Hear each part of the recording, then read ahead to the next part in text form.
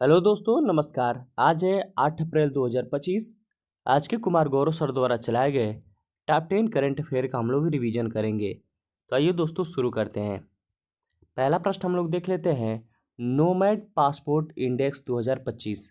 दोस्तों बात करते हैं नोमैड पासपोर्ट इंडेक्स 2025 की।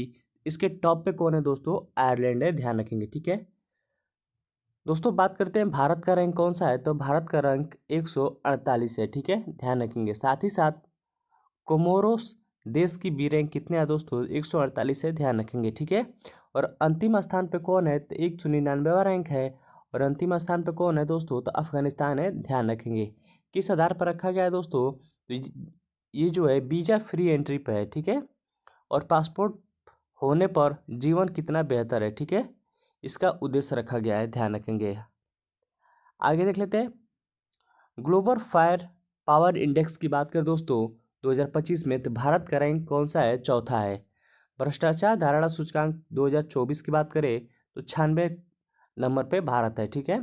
विश्व खुशहाली रैंकिंग दिवस 2025 की बात करें दोस्तों, इसका रैंक कितना है? तो 118 है। विश्व खुशहाली रैंकिंग में 2025 भारत का रैंक कितना है? तो 118 है, ध्यान रखेंगे। वेरी वेरी इंपॉर्टेंट रहेगा ये, ठीक है। आइए दोस्तों अगला देख लेते हैं। प्रश्न संख्या दूसरा है विश्व स्वास्थ्य दिवस 2025 की बात करें दोस्तों, तो ये कब मनाया गया है? तो 7 अप्रैल को मनाया गया है, ध्यान रखेंगे, ठीक है। कब मनाया गया है दोस्तों? तो ये 7 अप्रैल को मनाया गया है, आप लोग ध्यान रखेंगे, ठीक है। विश्व स्वास्थ्य दिवस 7 अप्रैल को मनाया गया है। बात करते हैं दोस्तों 7 अप्रैल 1948 में WHO की स्थापना होती है, ठीक है, ध्यान रखेंगे। 2025 का थीम क्या है? स्वस्थ शुरुआत, आशावादी भविष्य, ठीक है। इसका थीम क्या रहेगा 2025 का? वेरी वेरी इंपॉर्टेंट रहेगा, ध्यान रखेंगे। एग्जाम में ये प्रश्न पूछेगा कि विश्व स्वास्थ्य दिवस 2025 का थीम क्या था? तो स्वास्थ्य शुरुआत, आशावादी और भविष्य, ठीक है। भारत मात्र मृत्यु दर कितना है दोस्तों? भारत में मात्र मात्र मात्र माने माता मृत्यु दर कितना है दोस्तों? तो 97 हो गया है, ठीक है। कितना में से काउंट किया जाता है दोस्तों? तो 1 लाख जीवित बच्चों में, ठीक है। WHO ने किसे जो है किस देश को कुष्ठ रोग मुक्त घोषित कर दिया है? तो जॉर्डन को किया है, ध्यान रखेंगे, ठीक है। आइए देख लेते हैं। भारत को WHO ने कब पोलियो से मुक्त किया था? तो 2014 में। विश्व विरासत दिवस कब मनाया जाता है? तो 18 अप्रैल को मनाया जाता है। सिविल सेवा दिवस की बात करें दोस्तों तो 21 अप्रैल को मनाया जाता है, ये भी आप लोग ध्यान रखेंगे। प्रश्न संख्या तीसरा है अंतर संसदीय संघ, जिसे हम लोग IPU कहते हैं, शिखर सम्मेलन कहाँ आयोजन किया गया है दोस्तों? बताइएगा। अंत अंतर अंतर सांसदीय संघ IPU शिखर सम्मेलन जो है कहाँ किया गया है? तो 150वां बैठक इसका कहाँ किया गया है? कजाकिस्तान के अस्थाना में किया गया है, ध्यान रखेंगे। ये दोस्तों 5 अप्रैल से लेके 9 अप्रैल तक ये चलेगा। और ये कहाँ पे चलेगा? तो कजाकिस्तान अस्थाना में चलेगा, ठीक है। भारत की तरफ से कौन भाग लेंगे दोस्तों?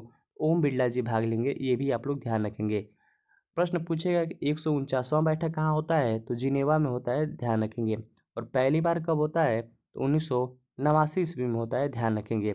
दोस्तों आपसे प्रश्न पूछेगा क्या भारत कभी मेजबान किया है? तो 2 बार मेजबान किया है दोस्तों। एक तो 1969 में, दूसरा 1993 ईस्वी में, ये भी आपको ध्यान रखना होगा, ठीक है। आइए देख लेते हैं दोस्तों कुछ महत्वपूर्ण बैठक जो आपके एग्जाम के लिए वेरी वेरी इंपॉर्टेंट रहेंगे, ठीक है।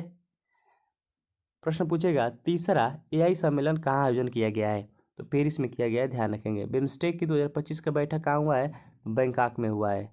आसियान का बैठक कहाँ होता है? तो बियंते लाओस में होता है, ठीक है। ब्रिक्स 2024 का सम्मेलन कहाँ होता है? कजान रूस में होता है, ठीक है। G20 का 2024 का बैठक कहाँ होता है? तो ब्राज़ील में होता है। COP29 की बात करें दोस्तों तो इसका बैठक कहाँ होता है? तो बाकू अजरबैजान में होता है, ये भी आप लोग ध्यान रखेंगे। आइए दोस्तों प्रश्न संख्या 4 देख लेते हैं। स्ट्रेट थंडर 2025A की बात करें दोस्तों तो ये जो है युद्ध अभ्यास है, ये लाइव फायर अभ्यास है, ठीक है। इसको आप लोग ध्यान रखेंगे। और ये किसके द्वारा चलाया गया है दोस्तों? ये चीन के द्वारा चलाया गया है, ध्यान रखेंगे। ताइवान के पास अभ्यास किया है 2 दिन के लिए, ठीक है। इसका उद्देश्य क्या रहेगा? बंदरगाह ऊर्जा स्थल को टारगेट करना है, ठीक है। और ये नकली लक्ष्य के ऊपर फायर किया है, ठीक है, ये भी आप लोगों को ध्यान रखना होगा। पासेक्स युद्ध अभ्यास की बात करें दोस्तों तो किसके किसके बीच में होता है? इंडिया और न्यूजीलैंड के बीच में होता है। भारत की तरफ से INS तर्कस ने भाग लिया है, ठीक है। और ये कहाँ होता है दोस्तों? तो अदन की खाड़ी में पासेक्स अभ्यास हुआ है, ठीक है। ये देख लेते हैं दोस्तों प्रश्न संख्या 5वां। K9 हैवियर तोप आयात समझौता कहाँ किया गया दोस्तों? तो हवना हनवा एरोस्पेस के साथ। ये कहाँ स्थित है? तो साउथ कोरिया में। ठीक है, 370 बिलियन वन का समझौता किया गया है और भारत में तोपों का निर्माण होगा। ठीक है, और कहाँ पे होगा? हंजीरा हंजीरा गुजरात में होगा। ठीक है, और किस कंपनी के द्वारा? तो भारत की तरफ से L&T कंपनी, उसके बाद जो है और जो है हवाना एरोस्पेस के बीच में ये होगा। ठीक है, नॉर्थ कोरिया और साउथ कोरिया के बीच में कौन सी बाउंड्री लगती है दोस्तों? तो 38 डिग्री अक्षांश लगती है। ये भी आप लोग ध्यान रखेंगे। ठीक है, आइए देख लेते हैं दोस्तों कुछ महत्वपूर्ण देश है जो हाल ही में चर्चा में रहे हैं और उनके मुद्रा क्या क्या है। म्यांमार की बात करें दोस्तों तो क्या हो जाएगा? म्यांमार क्यों दोस्तों फेमस हुआ है या क्यों चर्चा में है दोस्तों? तो अभी 7.7 का तीव्रता से यहाँ पे भूकंप आया है, इसलिए चर्चा पे है। ठीक है, म्यांमार ध्यान रखेंगे। और म्यांमार में जो है भारत द्वारा ऑपरेशन ब्रह्मा चलाया गया है। ठीक है, जो भूकंप में जो आपदा हुआ है उनको सहायता के लिए भारत के द्वारा ऑपरेशन ब्रह्मा चलाया गया है। यूक्रेन की मुद्रा क्या है दोस्तों? रेंटिनिया है। ठीक है, इजराइल की मुद्रा क्या है? न्यू सर्कल है। जापान की मुद्रा येन है। थाईलैंड की मुद्रा बाहत है। वियतनाम का डोंग है। चीन का युआन और रेमेनबी है, ध्यान रखेंगे। और बांग्लादेश का टका है। आइए देख लीजिए प्रश्न संख्या 6। फ्रेड डारिंगटन और सैंड मास्टर पुरस्कार किसके द्वारा दिया गया है? कौन जीता है, कौन विजेता है?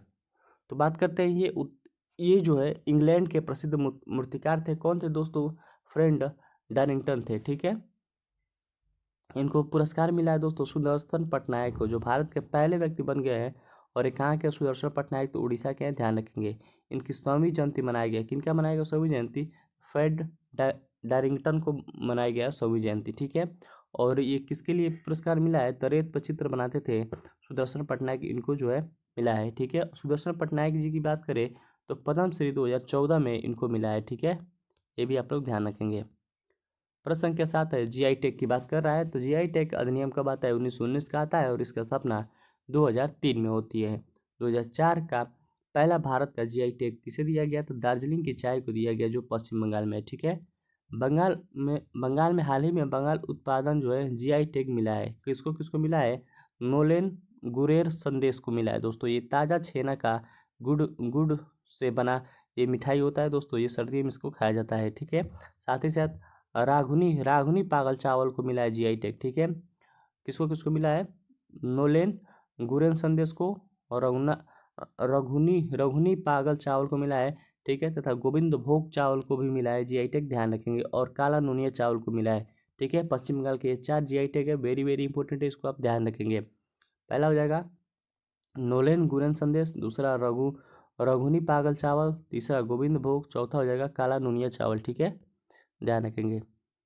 उस्ता कला का जीआई टैग किसे मिला है? तो बीकानेर को मिला है, ध्यान रखेंगे। ठीक है, सिल्वर फिलिग्री की बात करते हैं, ये उड़ीसा का है दोस्तों, ध्यान रखेंगे जीआई टैग। अब कमेंट बॉक्स में बताइए दोस्तों सांझी क्राफ्ट जो है कहाँ का जो है जीआई टैग है? मखना बिहार का, मिथिला पेंटिंग मिथिला का है। ठीक है, ये भी आप लोग ध्यान रखेंगे। आगे देख लेते हैं दोस्तों प्रश्न संख्या 8। यूनेस्को की बात करें दोस्तों, यूनेस्को में 2 प्रकार के, एक अमूर्त धरोहर, दूसरा है मूर्त धरोहर।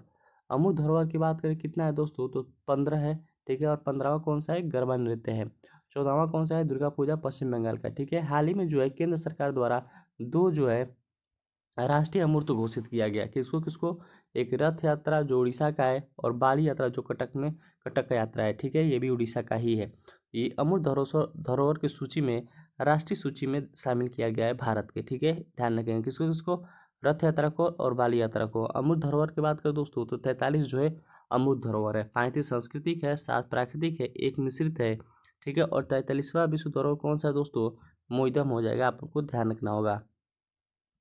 प्रश्न संख्या 9 है दोस्तों, प्रश्न संख्या 9 है मिताथल और तिघराना हड़प्पा स्थल है दोस्तों।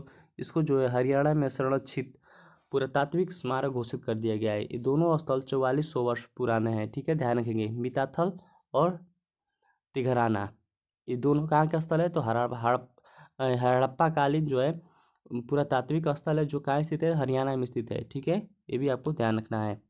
हड़प्पा की बात करें दोस्तों तो ये कांस्य युगीन सभ्यता थी।